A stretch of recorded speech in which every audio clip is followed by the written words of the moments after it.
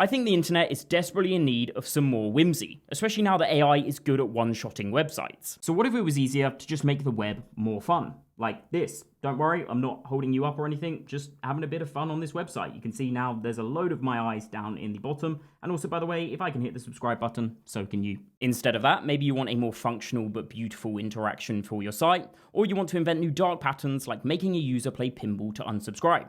Or just maybe after a long day of work, you want to sit down at your computer with a beer, to sit down at your virtual computer with a beer and browse Twitter or something. All of that is possible thanks to something called HTML in Canvas. Let's talk about it.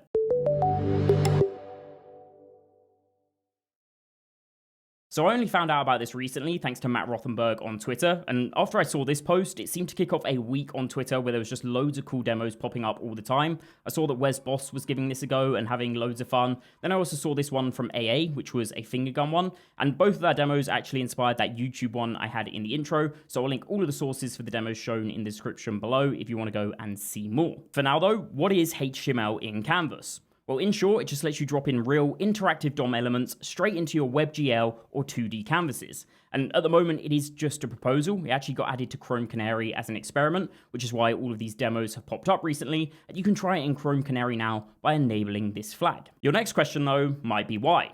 Well, it's because Canvas can enable some awesome UIs and customizations like we've already seen, things that are harder to do if not impossible in CSS, but what Canvas can't do is easily render complex layouts of text and HTML content. You tend to have to rebuild them from scratch internally. And this has meant that Canvas-based content can suffer from things like accessibility, internationalization, performance, and quality, and these are things that HTML has largely solved. So HTML on Canvas is the best of both worlds. To show you how this works, let me take you through a demo of actually using it, and what I have here is a London Underground timetable site that I made years ago before AI could probably one-shot this, and I always thought it'd be cool if we could have this info inside of a Three.js scene.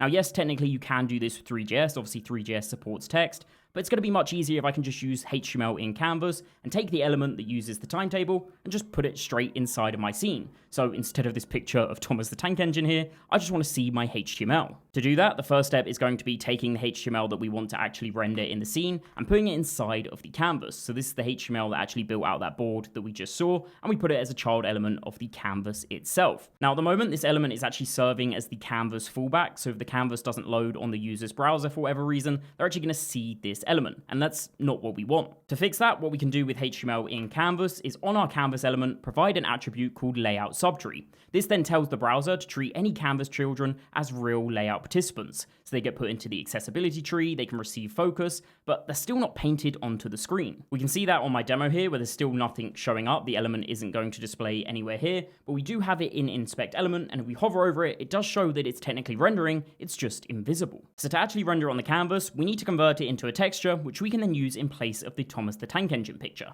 And that's exactly what I'm doing with this function here. Now most of this is actually Three.js, so you don't need to worry about it. The first one is simply getting the texture, which is GL texture, and that is the Thomas the Tank Engine picture at the moment. But then what we're doing on this line is using a HTML in Canvas function called text element image 2D. Now it looks pretty complex, but all we're doing is we're taking the Three.js texture that we want to apply the element to. We're providing some information about how it renders in, like the color space and other things for the GPU, but we don't need to worry about that too much. Then we're also just providing the HTML element that we want to render. In this case, it's board. And that simply comes from this line here where we're just using document.getElementById to get the element that we put inside of the canvas. With that, back in our demo, you can see we actually now have the timetable in place of that image, and it's live updating. The clock is updating, and I've seen the times update as well. So this is now using our HTML element, but it's being provided as a texture onto this canvas. Now, if we go into inspect element, you can actually see if we hover over the element that is this board, that is still being rendered in an invisible way. And that's because you can think of this as essentially just looking at what this element would be, taking a screenshot of this, and then placing it in the texture's place. So it's going to update each time any of those elements re-render. This is actually done with a paint event in HTML Canvas that triggers the updates when it detects that any of the canvas children elements have been re-rendered,